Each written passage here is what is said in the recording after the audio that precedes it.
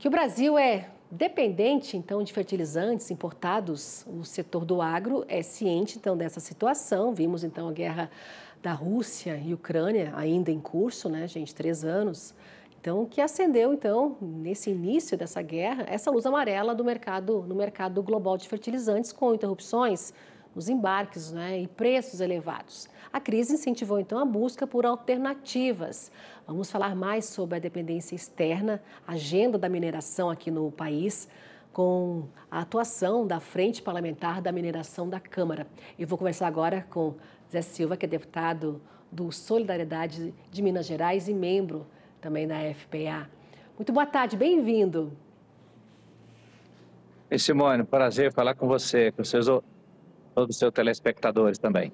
Prazer é todo nosso, deputado. Brasil, potência agrícola aí, mas com essa dependência externa aí por fertilizantes, né? Quase 90% deles, citando potássio, fosfato, por exemplo. Como é que será, então, essa agenda, deputado, estratégica aí para a mineração para 2025, 2026, aí em relação aos trabalhos da Frente Parlamentar da Mineração e também perspectivas aí da produção nacional desses insumos? Bem, Simone, é um ponto que é muito importante e nós colocamos como a primeira prioridade da Frente Parlamentar da Mineração Sustentável é aprovar um projeto de lei que é da minha autoria, construído com todos os membros da Frente Parlamentar da Mineração Sustentável, que é uma política nacional de minerais críticos e estratégicos. Você ressaltou muito bem, quando aconteceu o conflito geopolítico, a guerra entre Rússia e Ucrânia, os nossos preços agrícolas, nossos insumos foram impactados fortemente e também impactado fortemente o próprio pacto que o presidente da República anunciou no G20 em relação ao combate à fome e à desnutrição. E não se combate a fome e a desnutrição se não tiver pesquisa, como a minha colega de profissão, a Mariângela. Mariângela foi premiada por desenvolver maneira de produzir mais, com mais sustentabilidade, e sem falar também de fertilizantes. E por isso a nossa prioridade é aprovar essa política nacional para que o Brasil dê segurança jurídica aos empreendedores para implantar indústrias de utilização das nossas riquezas, dos nossos subsólios, são as riquezas minerais.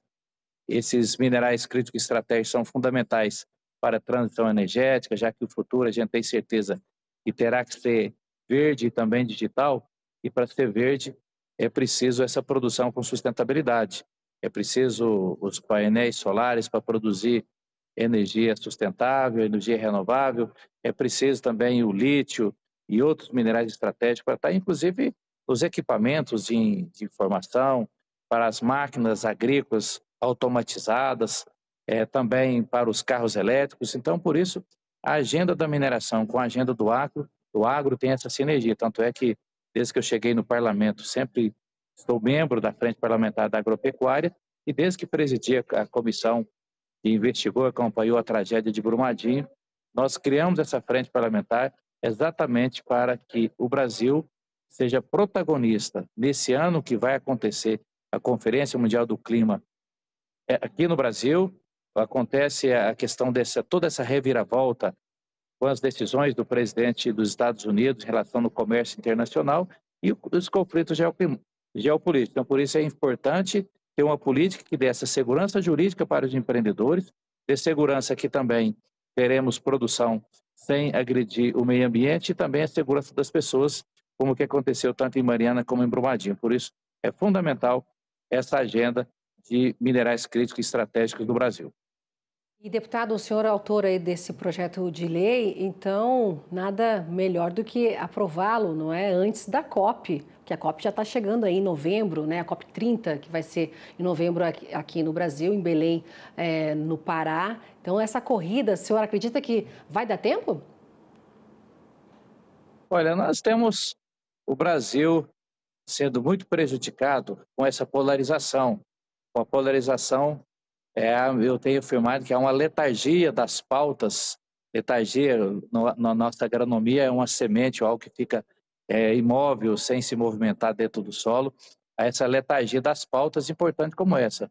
Sobressai pautas pessoais, pautas de costumes, e essas pautas como o próprio vice-presidente comemorou aí essa questão da abertura de mercado e pautas como essa, eh, da transição energética, do combate às mudanças climáticas, da mineração, para o Brasil reduzir a sua competitividade e a dependência de importação de outros países, são muito difíceis de avançar.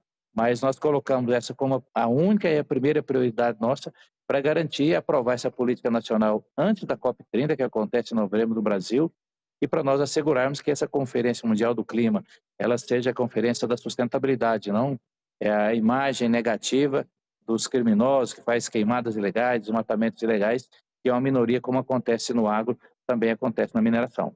Pois é, né, deputado, são muitos desafios quando a gente fala da mineração, não é? Até para melhorar, minimizar toda essa situação do Brasil, melhorar com muitas alternativas para evitar que o Brasil importe tantos insumos, tantos fertilizantes, né? E a busca por reservas de minerais esbarra também questões que provocam críticas sobre impactos ambientais, exploração também em terras indígenas.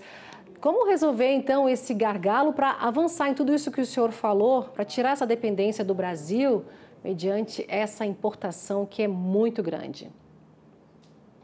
Bom, tem um outro ponto importante para ajudar a superar esses desafios que você ressalta aí, é o projeto do licenciamento ambiental, tem uma participação muito forte da nossa sempre ministra Tereza Cristina, nossa senadora, que é o projeto do licenciamento ambiental, que nós já aprovamos na Câmara, já tramitou aqui por década, e ele traz uma lógica mais importante do licenciamento ambiental para o agro, para a mineração, para outras atividades. Então, ao aprovar o licenciamento ambiental também, aliado à aprovação dessa Política Nacional de Minerais Críticos e Estratégicos, isso a gente mostra a prioridade do Brasil, o Brasil tem a possibilidade de ser protagonista e vai também incentivar e dar segurança jurídica e, especialmente, esses pontos críticos, como você disse, das comunidades ribeirinhas, comunidades tradicionais, populações indígenas, e são populações que precisam estar inseridas nesse debate.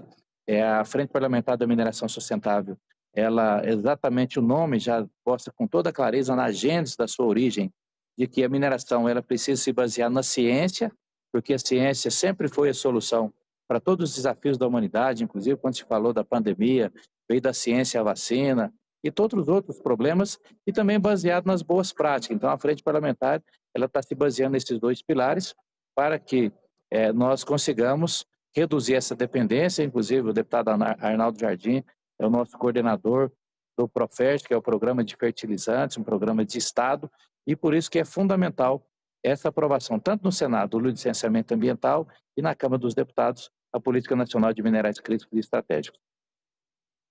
Esse mês, essa aprovação aí em relação ao licenciamento, deputado? Não, eu acredito que nós teremos aqui até novembro, né? Então nós temos aí o final desse primeiro semestre, início do outro semestre, para aprovação da política. Agora, o licenciamento ambiental, como ele já foi aprovado na Câmara dos Deputados, eu creio que ele já tem basicamente um consenso das duas comissões lá no Senado. E aprovando, ele volta para a Câmara e nós teremos aí um trabalho muito forte de articulação da nossa frente da mineração sustentável e outras frentes parlamentares para que o projeto não seja modificado novamente na Câmara dos Deputados e aí ele logo para a sanção presidencial. E como eu dizia também, nessa política de minerais críticos estratégicos, a gente define ali um comitê que é ligado ao Conselho Nacional de Política Mineral, um comitê que vai estar constituído ali pelo setor produtivo, por diversos ministérios, para definir essas prioridades desses minerais e também dar celeridade à implantação desses empreendimentos, até porque uma planta de aproveitamento minerário, ela demora pelo menos aí uma década para ser implantada e estar na sua plenitude de produção. Produção Nacional de Fertilizantes, né, deputado, dará essa previsibilidade ao país, não é? Uma estratégia para garantir a segurança alimentar que o senhor falou e um preço estável também, não é, para os nossos produtores, né, que adquirem esses insumos, né? Hoje a gente fala em grande parte esses fertilizantes vindo do exterior. Deputado, muito obrigada pela sua participação mais uma vez aqui com a gente. não é, no nosso jornal, em específico aqui agora comigo, no meu jornal, o AgroTarde. Obrigada, viu, deputado? E até uma próxima oportunidade. Abraço, Simone, abraço ao Brasil. Tudo de bom. Tchau, tchau.